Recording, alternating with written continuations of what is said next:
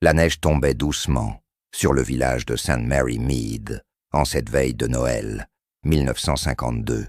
Dans le grand salon du manoir Ashworth, une chaussette de Noël rouge brodée d'or pendait au-dessus de la cheminée, parmi toutes les autres. Mais cette chaussette-là contenait un secret mortel. Lorsque Lord Ashworth s'effondra à minuit, tenant cette chaussette dans sa main tremblante, ses derniers mots furent énigmatiques. Le rouge cache le noir. Miss Jane Marple, invitée pour les festivités, observait la scène avec ses yeux bleus perçants. Elle savait déjà que ce Noël ne serait pas ordinaire. Quelqu'un dans cette maison avait transformé une tradition joyeuse en arme meurtrière, et la vieille dame aux cheveux blancs était bien déterminée à découvrir qui.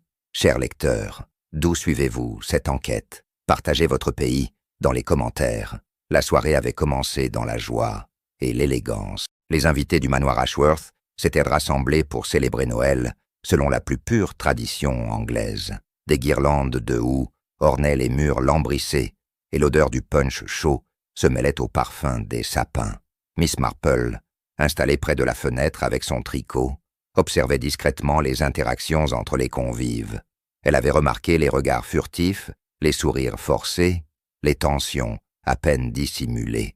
Lord Richard Ashworth, un homme de 60 ans au visage austère, semblait particulièrement nerveux ce soir-là. Il jetait des coups d'œil répétés vers la rangée de chaussettes suspendues au manteau de la cheminée. Sa seconde épouse, Lady Victoria, une femme de 35 ans à la beauté glaciale, buvait du champagne avec une insouciance étudiée. Le fils aîné de Lord Ashworth, Edward, un homme aux traits tirés, discutait finances avec sa sœur Margaret, une femme au regard dur. Les domestiques circulaient silencieusement. Miss Henderson, la gouvernante aux manières impeccables, et son neveu Thomas, le valet au sourire énigmatique. Il y avait aussi le docteur Pemberton, ami de longue date de la famille, qui semblait préoccupé. Et enfin mademoiselle Rousseau, la gouvernante française des enfants, dont l'accent charmant cachait peut-être des secrets. Miss Marple notait mentalement chaque détail, comme elle l'avait appris à faire après tant d'années d'observation de la nature humaine. À 23 heures, Lord Ashworth se leva solennellement. Il annonça qu'il était temps d'ouvrir les chaussettes de Noël, selon la tradition familiale. Chaque membre de la maisonnée avait sa propre chaussette, remplie de petits cadeaux et surprises. C'était un rituel que Lord Ashworth prenait très au sérieux, héritage de son enfance heureuse. Mais cette année, quelque chose était différent dans son regard. Il tendit la main vers sa propre chaussette, celle brodée de fil d'or avec ses initiales R.A. Ses doigts tremblaient légèrement alors qu'il la décrochait. Miss Marple fronça les sourcils, son instinct lui soufflant qu'un danger imminent planait. Le silence s'était installé dans le salon, comme si tous retenaient leur souffle. Lord Ashworth plongea la main dans la chaussette. Un cri étranglé s'échappa de ses lèvres. Son visage devint livide, puis rouge écarlate. La chaussette tomba au sol dans un bruissement de soie. Lord Ashworth porta les mains à sa gorge, suffocant, ses yeux exorbités, fixant le vide. Il s'effondra lourdement sur le tapis perçant, provoquant des cris d'effroi parmi les invités. Miss Marple fut la première à réagir, se précipitant vers lui avec une agilité surprenante pour son âge. « N'y touchez pas !» cria-t-elle, en désignant la chaussette abandonnée. Mais il était déjà trop tard. Lord Richard Ashworth, maître du manoir, rendait son dernier souffle sous le sapin de Noël, tandis que la neige continuait de tomber doucement dehors. Le secret de la chaussette venait de réclamer sa première victime, et Miss Marple savait que son enquête la plus complexe venait de commencer, dans cette nuit sacrée devenue cauchemar. Le docteur Pemberton se pencha sur le corps sans vie de Lord Ashworth, son visage grave confirmant ce que tous redoutaient. « Il est mort », murmura-t-il d'une voix étranglée. Lady Victoria porta une main tremblante à sa bouche, mais ses yeux restaient étrangement secs. Edward et Margaret se figèrent, leur rivalité momentanément oubliée face à la tragédie. Miss Marple, avec des gestes précis, récupéra la chaussette fatale en utilisant des pincettes de la table à couture. À l'intérieur, Elle découvrit un petit sachet de velours noir, complètement incongru parmi les chocolats et babioles habituels. Avec précaution, elle l'ouvrit légèrement et huma. Une odeur d'amande amère s'en échappait, caractéristique et mortelle. « Cyanure », déclara-t-elle calmement, faisant sursauter l'assemblée. Le docteur Pemberton confirma d'un hochement de tête grave. Quelqu'un avait délibérément placé du poison dans la chaussette de Lord Ashworth. « Personne ne quitte cette pièce », ordonna Miss Marple, avec une autorité surprenante. « Mrs. » Henderson décrocha immédiatement le téléphone pour appeler la police, mais la ligne était morte. La tempête de neige avait coupé les communications. Ils étaient isolés, prisonniers du manoir avec un meurtrier parmi eux. Un frisson parcourut l'assemblée. Miss Marple observa chaque visage. La peur, le choc, mais aussi autre chose chez certains. Était-ce du soulagement? Elle examina minutieusement le manteau de la cheminée. Les autres chaussettes étaient toujours suspendues, innocentes en apparence. Mais qui avait accès à celle de Lord Ashworth? Qui aurait pu y glisser le poison? Miss Marple remarqua que la chaussette de Lord Ashworth avait une broderie légèrement différente des autres, comme si elle avait été remplacée récemment. Un détail crucial que personne d'autre n'avait noté. Thomas, le valet, se tenait à l'écart, ses mains crispées derrière son dos. « C'est moi qui ai suspendu les chaussettes cet après-midi », admit-il d'une voix blanche. Elles étaient dans le bureau de monsieur, déjà préparées. Miss Marple leva un sourcil intéressé. Donc, quelqu'un avait eu accès au bureau de Lord Ashworth dans l'après-midi. Mais qui? Le cercle des suspects se resserrait, même s'il incluait encore presque toute la maisonnée. Mademoiselle Rousseau sanglotait dans son mouchoir de dentelle, son accent français devenant presque incompréhensible. C'est terrible, terrible.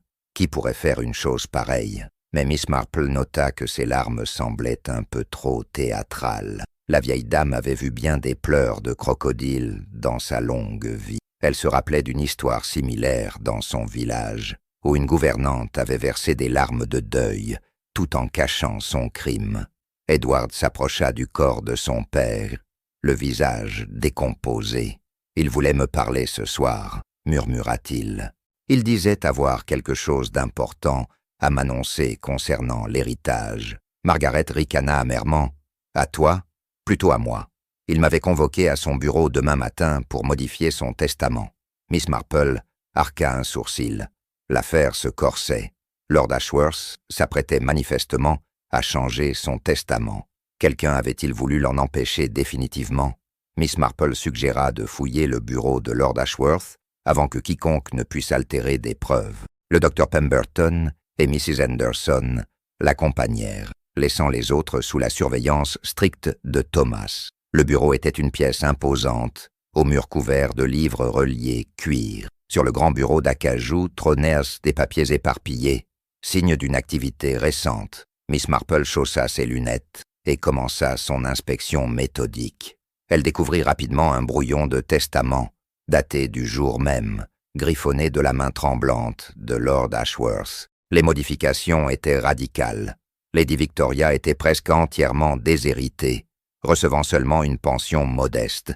La fortune serait divisée entre Edward et Margaret, mais avec une condition surprenante. Ils devaient tous deux travailler ensemble à la gestion du domaine pendant 5 ans, sans quoi tout reviendrait à une œuvre de charité. Un arrangement conçu pour forcer la réconciliation entre les deux rivaux. Mais ce n'était pas tout. Dans un tiroir verrouillé que Miss Marple ouvrit habilement avec une épingle à cheveux, elle trouva une série de lettres compromettantes, des lettres d'amour passionnées, écrites par Lady Victoria à un certain Monsieur, avant son mariage avec Lord Ashworth. Les lettres suggéraient que ce mystérieux amant était toujours dans le tableau. « Mon Dieu !» murmura le docteur Pemberton en lisant par-dessus son épaule. Si Lord Ashworth avait découvert cela, Mrs. Henderson, habituellement impassible, pâlit en reconnaissant l'écriture sur certains documents. Ces factures, commença-t-elle d'une voix faible, « Mon neveu Thomas a des dettes de jeu considérables. Je ne savais pas qu'elles étaient si importantes. » Les papiers montraient que Thomas devait des milliers de livres à des créanciers peu recommandables. Lord Ashworth avait apparemment découvert la vérité et avait prévu de licencier le jeune homme. Un mobile de meurtre solide, Miss Marple continua ses recherches et tomba sur un dossier médical personnel. Lord Ashworth souffrait d'une maladie cardiaque avancée. Le docteur Pemberton sembla embarrassé. Il m'avait fait jurer le secret. Il lui restait peut-être 6 mois, 1 an tout au plus. Cette révélation changeait la donne. Pourquoi assassiner un homme déjà condamné? À moins que quelqu'un ne puisse pas attendre ces quelques mois, ou que le meurtrier ignore l'état de santé de Lord Ashworth. Dans un album de photographies anciennes, Miss Marple fit une découverte encore plus troublante. Une photo de Lord Ashworth, jeune homme, en compagnie d'une femme et d'un enfant. Au dos, une inscription « Paris, 1925. Ma famille secrète ». Le docteur Pemberton écarquilla les yeux. Il aurait eu une autre famille, une première femme. Les implications étaient vertigineuses. Un héritier inconnu pouvait surgir et revendiquer une part de la fortune. Miss Marple rassembla soigneusement tous ces éléments. Chaque découverte ajoutait un nouveau suspect, un nouveau mobile. La chaussette de Noël n'était pas simplement l'arme du crime, c'était un symbole. Quelqu'un avait profané la tradition familiale la plus sacrée pour commettre ce meurtre. Cette personne connaissait intimement les habitudes de la maison et l'importance que Lord Ashworth accordait au rituel des chaussettes. Le cercle se resserrait, mais le mystère s'épaississait également. La vieille dame sentait qu'elle n'avait encore effleuré que la surface d'un secret bien plus sombre. De retour dans le grand salon, Miss Marple décida d'interroger chaque personne individuellement. Elle s'installa dans son fauteuil, près de la cheminée, créant une atmosphère presque intimiste, malgré l'horreur de la situation. Le corps de Lord Ashworth avait été transporté dans sa chambre, recouvert d'un drap blanc. La tempête faisait rage dehors, isolant encore plus le manoir du reste du monde. Il était temps de démêler l'écheveau des mensonges. Lady Victoria fut la première à s'asseoir face à Miss Marple.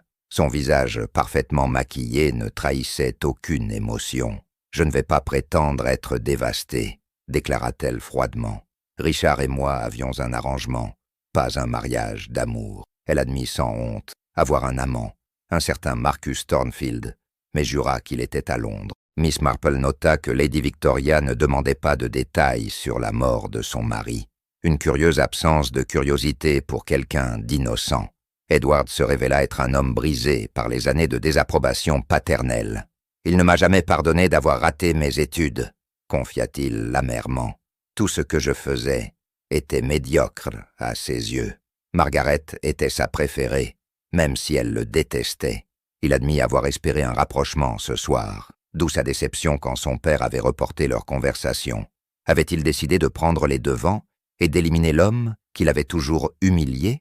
Margaret, en contraste, était un bloc de glace et de rage contenue. « Mon père était un tyran », cracha-t-elle. « Il a détruit la vie de ma mère, sa première femme légitime. Quand elle est morte de chagrin, il s'est remarié en quelques mois avec cette intrigante. » Miss Marple remarqua l'utilisation du terme « première femme légitime », comme si Margaret connaissait l'existence de la famille secrète. La jeune femme admit avoir fouillé le bureau de son père à plusieurs reprises. Mademoiselle Rousseau révéla une facette inattendue de sa personnalité. Derrière l'accent charmant se cachait une femme calculatrice. « Les enfants Ashworth sont partis au pensionnat il y a 3 mois, expliqua-t-elle. Mais Lord Ashworth m'a gardé. Pourquoi, selon vous ?» Son sourire suggestif fit comprendre à Miss Marple qu'elle prétendait avoir été la maîtresse du maître des lieux. Vrai ou faux, cela lui donnait un mobile, la jalousie ou la vengeance, si Lord Ashworth avait voulu se débarrasser d'elle. Thomas, interrogé ensuite, s'effondra complètement. « Oui, j'ai des dettes, » sanglota-t-il, « mais je n'ai jamais voulu le tuer. J'allais lui demander un prêt ce soir, avant le réveillon.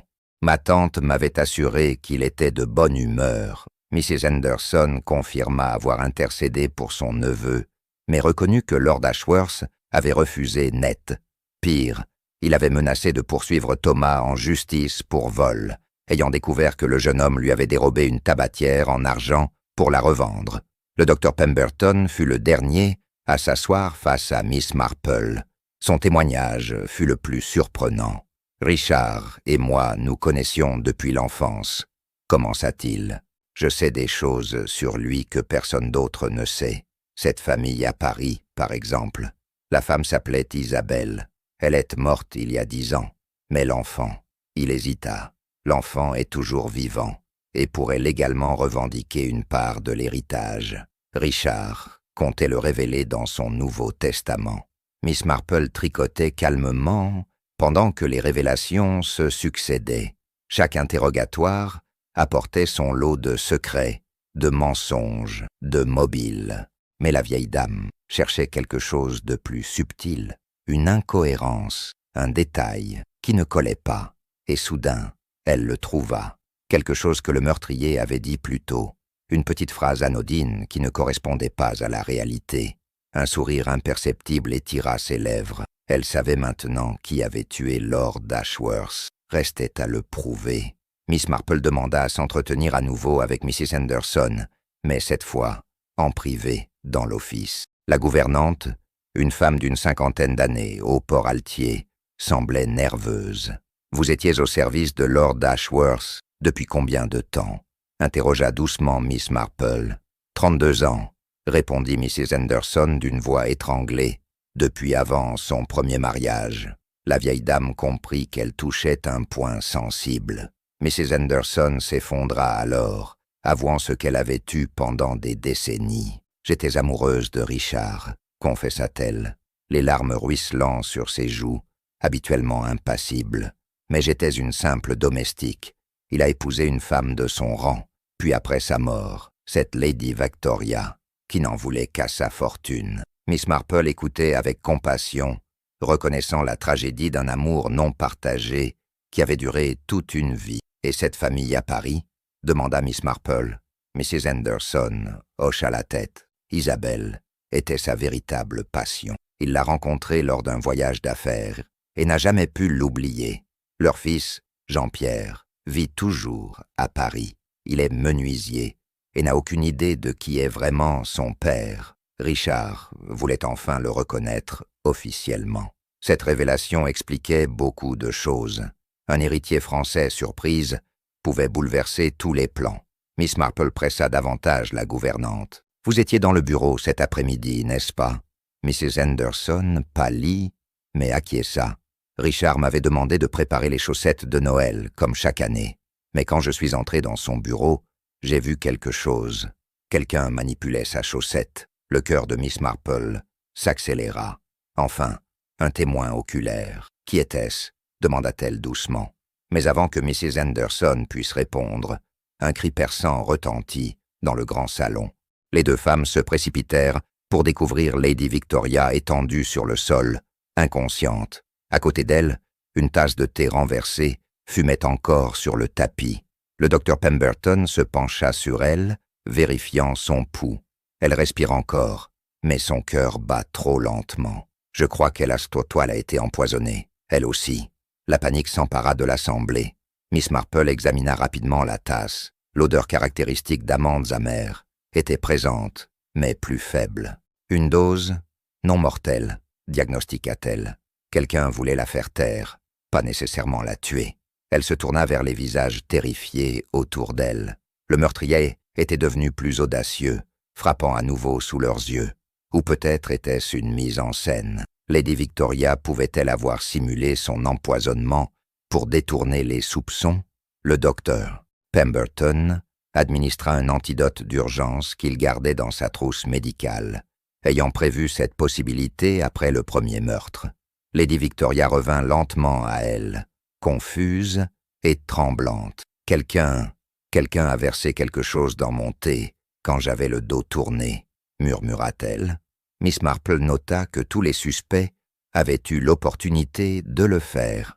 Les pièces du puzzle se mettaient en place, mais un élément crucial manquait encore. Qui était cette personne que Mrs. Henderson avait vue dans le bureau? La gouvernante, maintenant terrorisée, refusait de parler. Elle aussi avait peur d'être la prochaine victime.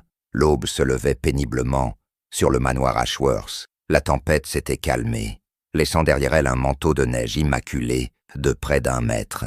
Miss Marple, qui n'avait pas dormi de la nuit, observait par la fenêtre du salon. C'est alors qu'elle remarqua quelque chose d'étrange. Des traces de pas partaient de la porte de la cuisine et se dirigeaient vers les écuries. Des traces fraîches, faites pendant la nuit.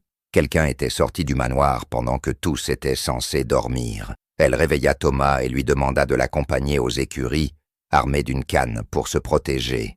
Les traces étaient nettes, appartenant à des bottes d'hommes de grande taille. Dans les écuries, ils découvrirent que l'un des chevaux avait été scellé, puis décellé récemment. Quelqu'un avait tenté de fuir, mais était revenu, probablement à cause de l'impossibilité de traverser la campagne enneigée. Miss Marple trouva dans la paille un papier froissé, une lettre inachevée. La lettre était adressée à « Mon très cher monsieur » et commençait ainsi « Je ne peux plus supporter cette mascarade.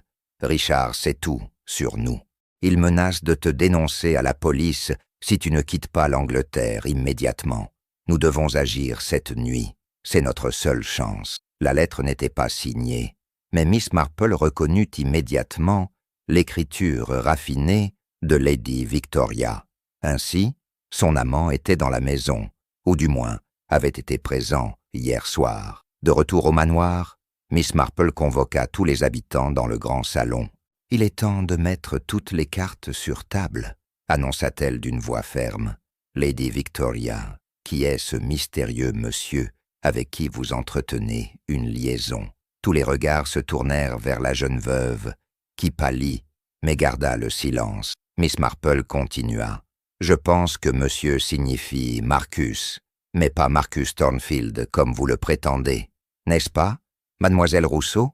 L'assistance se tourna, stupéfaite, vers la gouvernante française. Mademoiselle Rousseau éclata d'un rire nerveux. « Vous êtes folle, vieille femme !» Mais Miss Marple sourit. « Mademoiselle Rousseau n'est pas une femme. Ou plutôt, ce n'est pas votre véritable identité. Vous êtes Marcus Thornfield, l'amant de Lady Victoria, déguisé en gouvernante pour rester proche d'elle. Un déguisement remarquable, je dois l'admettre. » Un silence de mort s'abattit sur le salon. Sous les yeux horrifiés de tous, mademoiselle Rousseau arracha sa perruque, révélant des cheveux courts bruns. « D'accord, » admit l'homme, d'une voix maintenant grave et masculine. « Je suis Marcus Thornfield. Victoria et moi sommes amants depuis 2 ans. Quand Lord Ashworth a menacé de me faire arrêter pour escroquerie, nous avons imaginé ce plan. Je me suis fait engager comme gouvernante pour rester près d'elle. » Lady Victoria sanglotait, toute sa composure envolée. « Mais cela ne fait pas de vous un meurtrier, » intervint le docteur Pemberton. Miss Marple acquiesça. « Non, en effet, car le meurtrier est quelqu'un d'autre, quelqu'un qui a profité de la situation pour éliminer Lord Ashworth et faire porter le chapeau à ce couple adultère. » Elle se tourna vers Mrs. Henderson. « N'est-ce pas? Vous allez enfin nous dire qui vous avez vu dans le bureau hier après-midi ?» La gouvernante tremblait de tous ses membres, déchirée entre peur et loyauté. Le moment de vérité approchait. Mrs. Henderson, le visage baigné de larmes, finit par parler d'une voix brisée. C'était Edward. J'ai vu Edward manipuler la chaussette de son père dans le bureau. Il ne m'a pas vu. Il était trop concentré. Il a sorti un petit sachet de sa poche et l'a glissé dans la chaussette, avant de la refermer soigneusement.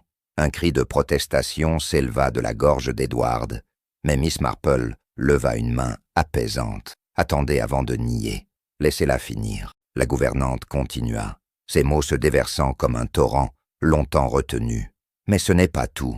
Quelques minutes plus tard, j'ai vu Margaret entrer à son tour dans le bureau. Elle aussi a manipulé la chaussette de Lord Ashworth. Elle a semblé surprise de trouver quelque chose dedans. Elle l'a retirée, l'a examinée, puis l'a remis en place avec quelque chose d'autre qu'elle a sorti de son sac. Les 2 héritiers étaient maintenant livides. » Miss Marple hocha la tête, pensivement. « Donc nous avons potentiellement 2 tentatives d'empoisonnement. Edward, qu'avez-vous mis dans la chaussette de votre père ?» Le jeune homme s'effondra, le visage dans les mains. « Un somnifère puissant, » admit-il dans un sanglot. « Je voulais juste qu'il s'endorme profondément. J'avais prévu de fouiller son coffre-fort pendant la nuit pour trouver son testament et voir ce qu'il comptait faire. Je le jure, je ne voulais pas le tuer. Et vous, Margaret ?» La jeune femme se redressa défiant Miss Marple du regard. J'ai trouvé le sachet d'Edward. J'ai cru que c'était du poison. Je l'ai remplacé par un laxatif puissant. Elle eut un rire amer. Je voulais humilier mon père devant tous ses invités, le voir souffrir d'une diarrhée monumentale pendant le réveillon. Une vengeance pathétique, je le reconnais, mais pas un meurtre. Les deux héritiers se regardèrent, réalisant l'absurdité de leur plan qui s'était télescopé. Miss Marple se leva, s'appuyant sur sa canne. Donc ni l'un ni l'autre n'a mis du cyanure dans cette chaussette, ce qui signifie qu'une troisième personne est intervenue. Elle se tourna vers Thomas. « Vous avez suspendu les chaussettes à 18 heures, n'est-ce pas ?» Le valet acquiesça nerveusement. Mrs. Henderson les avait disposées dans le bureau. Je les ai simplement accrochées au manteau de la cheminée. Miss Marple réfléchit à sa haute voix. Donc entre 18 heures et 23 heures, quelqu'un d'autre a eu accès à la chaussette. Le docteur Pemberton intervint. « Miss Marple, avec tout le respect que je vous dois, peut-être qu'Edward ou Margaret ment. L'un d'eux aurait pu mettre du cyanure, finalement. » Mais la vieille dame secoua la tête. « Non, docteur, leur histoire a la saveur de la vérité. Et puis, il y a un détail que vous avez tous manqué. Le sachet de cyanure était en velours noir, correct ? Elle attendit que tous acquiescent. Or, ni Edward ni Margaret n'ont mentionné un sachet en velours. Edward a parlé d'un papier plié, Margaret d'un petit sachet en tissu blanc. Ce qui signifie, continua Miss Marple, qu'après leurs interventions respectives, une quatrième personne a retiré le laxatif de Margaret et l'a remplacé par le poison mortel. Cette personne connaissait les habitudes de la maison, avait accès au cyanure et surtout avait un mobile puissant pour vouloir la mort de Lord Ashworth. Elle balaya du regard tous les visages présents. Et je sais qui c'est.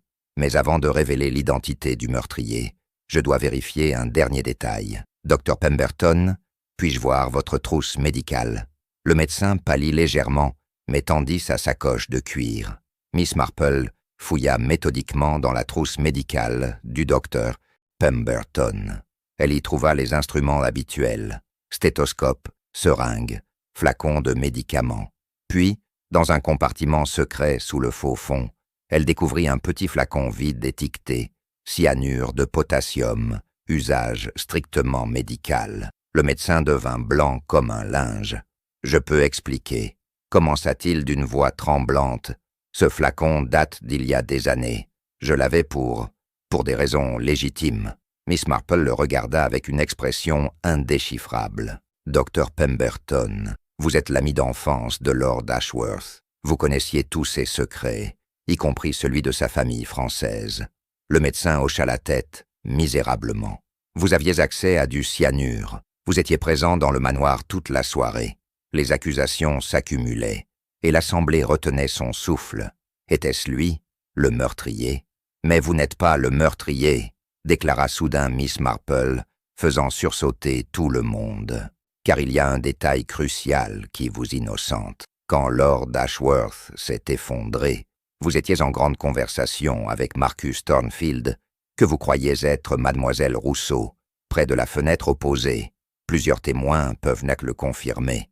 Vous n'auriez pas pu manipuler la chaussette à ce moment-là. » Le docteur Pemberton poussa un soupir de soulagement tremblant. « Cependant, continua la vieille dame, votre flacon de cyanure a bel et bien été utilisé, ce qui signifie que quelqu'un l'a volé dans votre trousse. Quand avez-vous remarqué sa disparition ? » Le médecin réfléchit intensément. « Ma trousse était dans le vestibule pendant le cocktail, avant le dîner. N'importe qui aurait pu fouiller dedans. Je n'ai remarqué la disparition du flacon que ce matin, en cherchant l'antidote pour Lady Victoria. » Un nouveau frisson parcourut l'assistance. Miss Marple se tourna alors vers la personne que personne ne soupçonnait encore. « Mrs. Henderson, vous m'avez dit avoir vu Edward et Margaret dans le bureau, mais vous avez omis de mentionner votre propre visite, n'est-ce pas ?»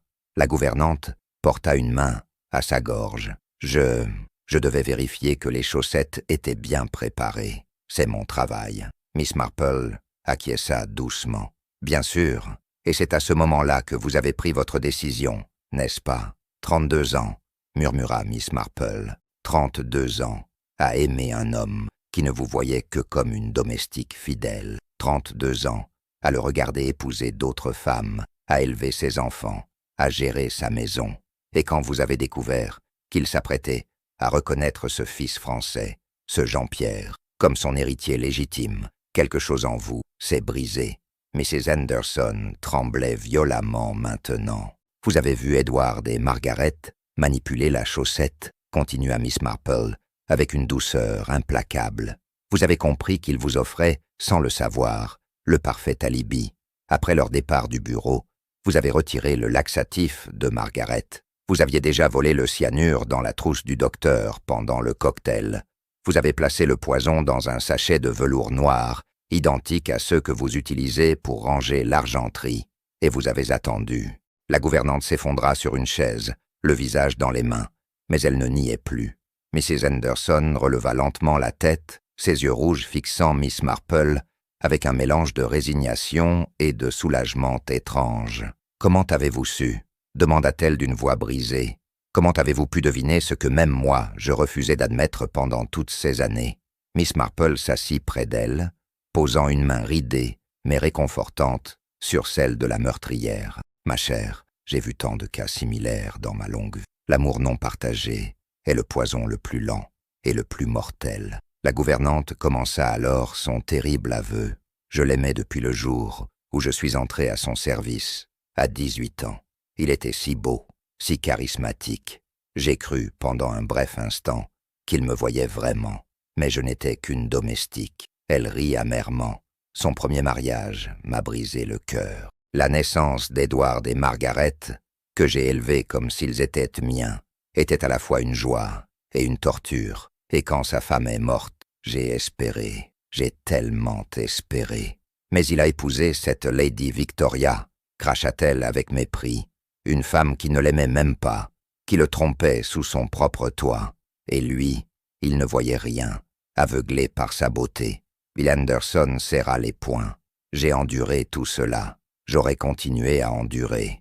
Mais hier, quand il m'a parlé de ce Jean-Pierre, de son projet de le faire venir d'ici quelques mois, de lui donner tout ce que ses enfants légitimes méritaient, quelque chose s'est rompu en moi.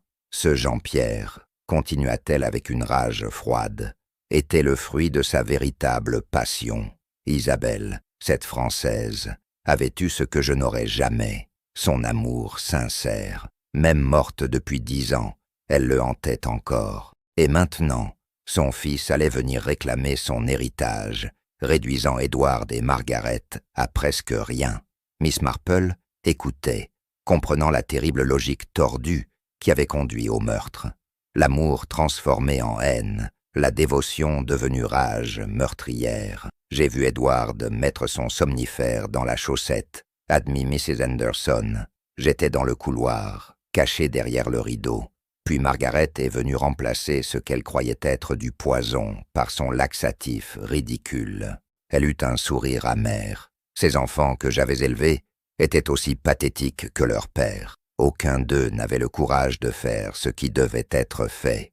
La froideur de ces mots glaça l'assistance. Cette femme qui avait semblé si respectable cachait un cœur de glace. Alors j'ai attendu qu'ils partent. J'ai pris le sachet de Margaret et je l'ai remplacé par mon propre sachet de velours contenant le cyanure. Elle regarda ses mains, comme si elles appartenaient à quelqu'un d'autre. C'était si simple, trop simple. J'ai suspendu la chaussette moi-même, après que Thomas soit parti. J'ai regardé Richard, la décrocher ce soir, plonger sa main dedans. J'ai vu son visage quand le poison a agi. Sa voix se brisa, et dans ces derniers instants, ses yeux m'ont trouvé. Il a su. Il a compris que c'était moi. Ces derniers mots, murmura Mrs. Anderson. Le rouge cache le noir. Il ne parlait pas de la chaussette. Il parlait de moi, de ma robe rouge de Noël, cachant mon cœur noir. Elle sanglota maintenant, toutes ces années de retenue s'effondrant, comme un barrage cédant sous la pression. Je l'aimais. Je l'ai tué parce que je l'aimais trop, parce que je ne pouvais pas supporter de le partager une fois de plus. Miss Marple ferma les yeux, peinée par cette tragédie de passion destructrice. Le prix de l'amour obsessionnel avait été payé en sang cette nuit de Noël. Le lendemain matin, La tempête s'était complètement dissipée. Les routes étaient dégagées et l'inspecteur Craddock de Scotland Yard arriva au manoir Ashworth avec ses hommes.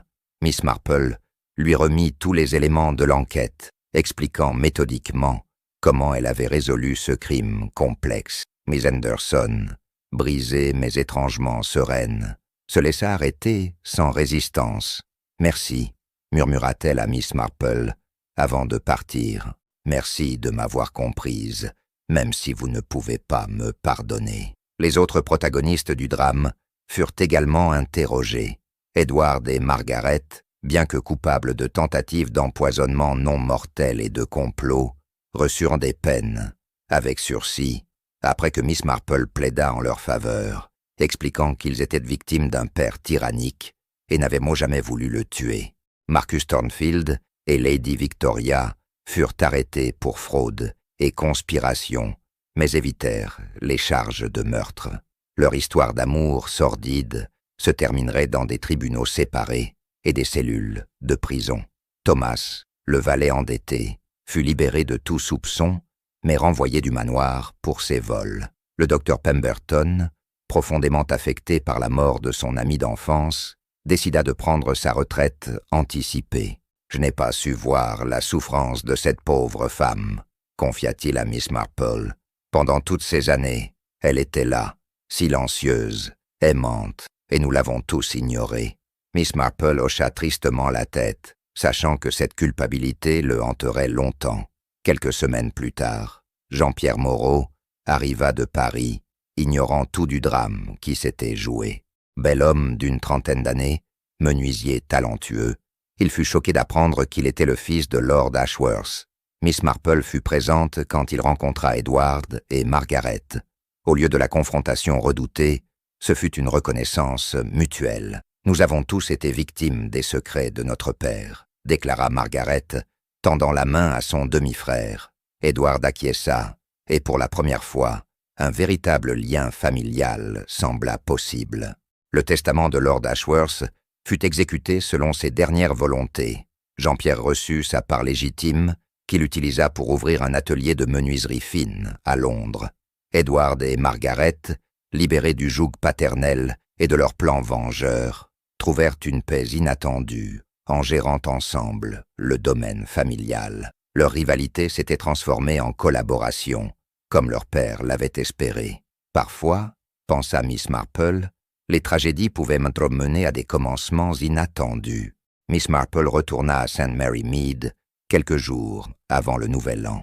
Son neveu Raymond vint la chercher en voiture. « Tante Jane, j'ai entendu dire que vous aviez résolu une autre affaire, » dit-il avec admiration. « Un meurtre de Noël particulièrement complexe. » Miss Marple regarda par la fenêtre les paysages enneigés qui défilaient. « Oui, mon cher, mais celui-ci m'a particulièrement attristé.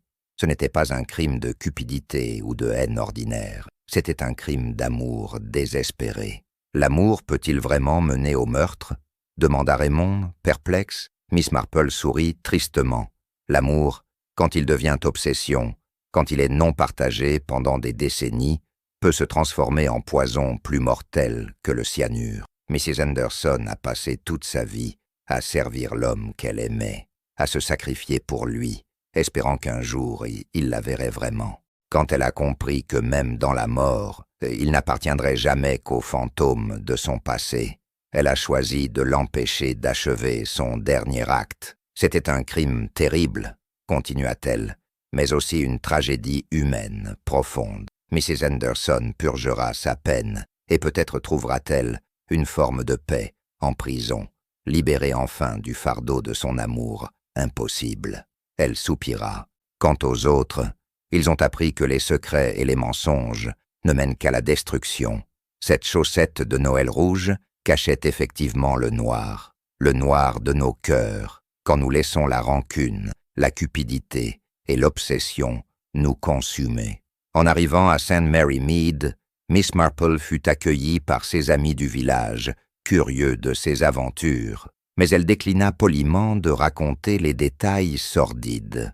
C'était simplement une affaire de famille, dit-elle avec son sourire doux habituel. Une triste affaire de famille qui nous rappelle que Noël devrait être un temps d'amour sincère et de pardon, pas de secret et de vengeance. Elle rentra chez elle, prépara du thé et reprit son tricot près de la fenêtre, observant la vie paisible du village. Mais dans sa tête, elle revoyait encore cette chaussette de Noël rouge, symbole perverti d'une tradition joyeuse, transformée en arme mortelle. Elle pensait à Mary Sanderson, cette femme dévouée, dont la vie entière avait été un sacrifice non reconnu. Que Dieu ait pitié d'elle, murmura Miss Marple, et qu'il nous garde tous de laisser nos cœurs s'endurcir ainsi.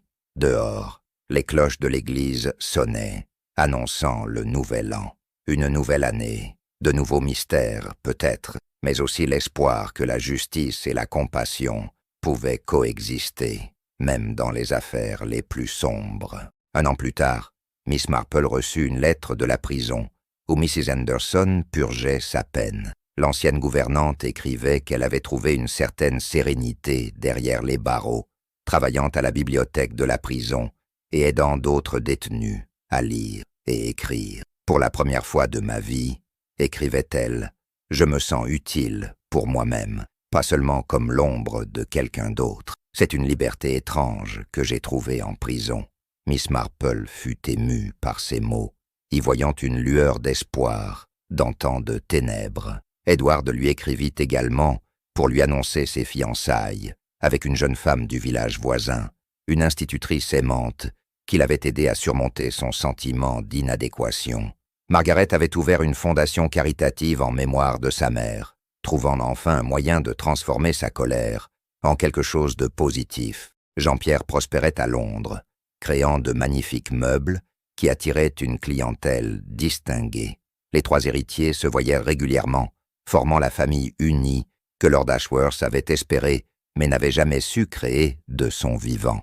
Quant à Lady Victoria et Marcus Thornfield, après avoir purgé de courtes peines de prison pour fraude, ils s'étaient séparés. Victoria était retournée en France, où elle gérait discrètement un petit hôtel en Provence. Marcus avait émigré en Amérique pour recommencer sa vie. Le docteur Pemberton, dans sa retraite, écrivait ses mémoires, incluant un chapitre dédié à son ami Richard Ashworth, tentant de comprendre comment tant de secrets avaient mis pourrir une famille entière. Thomas avait trouvé un emploi honnête dans une librairie de Londres, ayant juré de ne plus jamais jouer. Miss Marple rangea soigneusement toutes ses lettres dans une boîte marquée « L'affaire de la chaussette de Noël ». Elle la plaça dans son armoire, à côté d'autres boîtes, contenant les souvenirs de ses enquêtes passées. Chaque mystère résolu était une leçon sur la nature humaine, un rappel que derrière chaque crime se cachaient des êtres humains complexes, capables du meilleur et du pire. Et cette affaire particulière lui avait enseigné que l'amour, cette force censée être la plus noble, pouvait devenir la plus destructrice quand elle se pervertissait en obsession. Ce soir-là, en préparant son sapin de Noël pour les fêtes à venir, Miss Marple s'arrêta un instant avant d'accrocher les chaussettes décoratives. Elle les regarda longuement, puis sourit doucement. « Non, décida-t-elle, cette année je pense que je vais choisir une autre décoration. » Elle suspendit à la place des anges en porcelaine, symbole d'espoir et de protection. Certaines traditions méritaient d'être honorées, d'autres d'être laissées derrière soi. Et les chaussettes de Noël, pour elle, resteraient à jamais associées à cette nuit tragique. Mais alors qu'elle s'installait dans son fauteuil, avec une tasse de thé chaud, Miss Marple ne ressentait pas de tristesse. Elle avait fait son devoir, démasquer un meurtrier, apporter la justice, et peut-être, juste peut-être, offrir une forme de rédemption à tous ceux qui avaient été pris dans cette toile de secrets et de mensonges. À la justice, murmura-t-elle, en levant sa tasse, et à la compassion, car nous en avons tous besoin, coupables et innocents, dans ce monde complexe. Le feu crépitait joyeusement dans la cheminée, et dehors, la première neige de décembre commençait à tomber, pure et blanche, recouvrant le passé d'un manteau immaculé. Les cloches de St. Mary Mead sonnèrent l'angélus du soir. Miss Marple ferma les yeux, paisible, sachant qu'un autre mystère l'attendrait peut-être bientôt. Car tant qu'il y aurait des humains avec leurs passions, leurs secrets et leurs faiblesses, Il y aurait des énigmes à résoudre, et elle serait là, avec son tricot, son thé et sa perspicacité incomparable, prête à démêler les fils les plus complexes de l'âme humaine. Le secret de la chaussette de Noël était résolu, mais la vie continuait, pleine de ses mystères infinis et de ses leçons éternelles.